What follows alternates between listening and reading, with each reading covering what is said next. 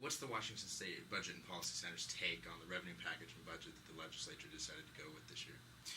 Well, it was a reasonable, responsible approach to a really challenging time in our state's history.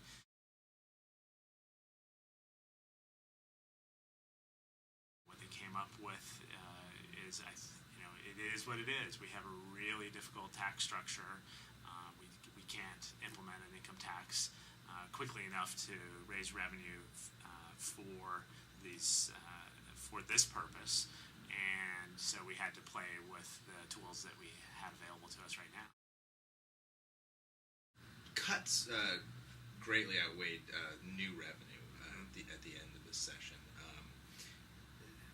Do you think that more revenue should have been raised in order to save more of Washington State's programs? Absolutely. I mean, you have to recognize that the budget that was passed this year and the revenue increases that were passed this year were part of a 2-year biennium. It's a 2-year budgeting process. So you can't think about it in isolation of the gigantic amount of cuts, the historic nature of cuts that happened last year, and the fact that they did not raise any revenue last year.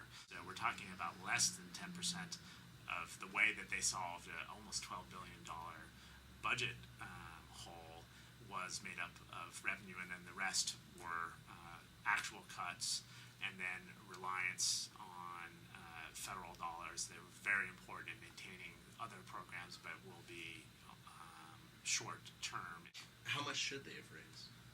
Well, I mean, that's a good question. I mean, I think, we felt that they did tremendous damage last year in the amount of cuts that they made, and really should not have been considering additional cuts. So they would have been prudent to think about raising enough revenue to not have any additional cuts. And so if you take what the governor was proposing in the budget that she sent to the legislature in December, probably would have needed to raise in the range of $1.7 billion of revenue.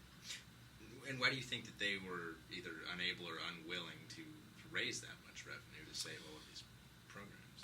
They're not in the practice of raising revenue. It's been so long that the legislature has really addressed the revenue side of the equation. First home mortgages was something that we wrote about and did analysis of, and it seemed like a pretty smart idea to narrow. We're talking about narrowing the exemption for first home mortgages. There's some big policy discussions about the legitimacy of having mortgages so broadly given out to so many people, and that was one of the drivers of this financial collapse. So that was an interesting idea that probably should have been considered a little bit stronger. The hazardous substance fee increase would have been a very smart idea to actually increase that, and to I think the environmental community had a really interesting idea of helping support the general fund for a number of years, and then shifting it to some long-term priorities around supporting environmental expenditures. So the fundamental fact that our revenue, because we've poked significant holes in our revenue system by giving a lot of these tax exemptions, our revenue just does not grow at the rate that it used to grow. And the size of our state budget, on the other hand, is a function of our economy measured by people's personal income, has dropped dramatically. So we're actually buying less as a state in terms of our public structures, while our revenue system is actually supporting our ability to support those things at a lower and lower rate. I think one of the things that they missed an opportunity on was a much larger discussion of all of the outcomes, or the lack of information around outcomes around all those tax loopholes that we have.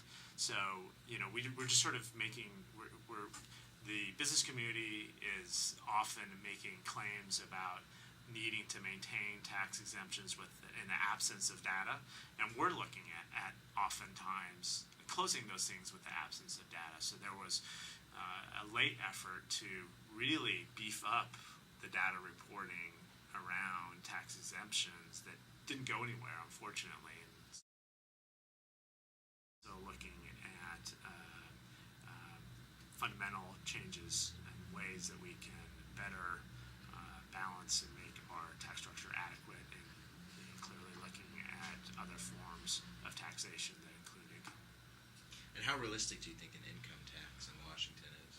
I think I think the state has changed a lot since the early 70s, and I think that it's a different electorate, and I think I think people are open to that conversation.